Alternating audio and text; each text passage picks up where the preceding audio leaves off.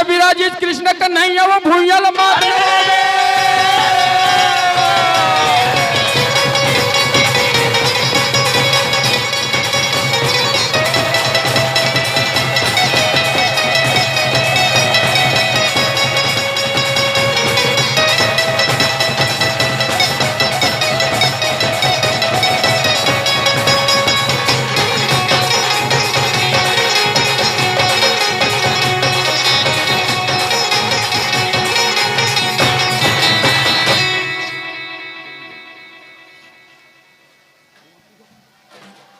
तो फागुन मस्त महिला संगीत उड़त रंग गुलाल।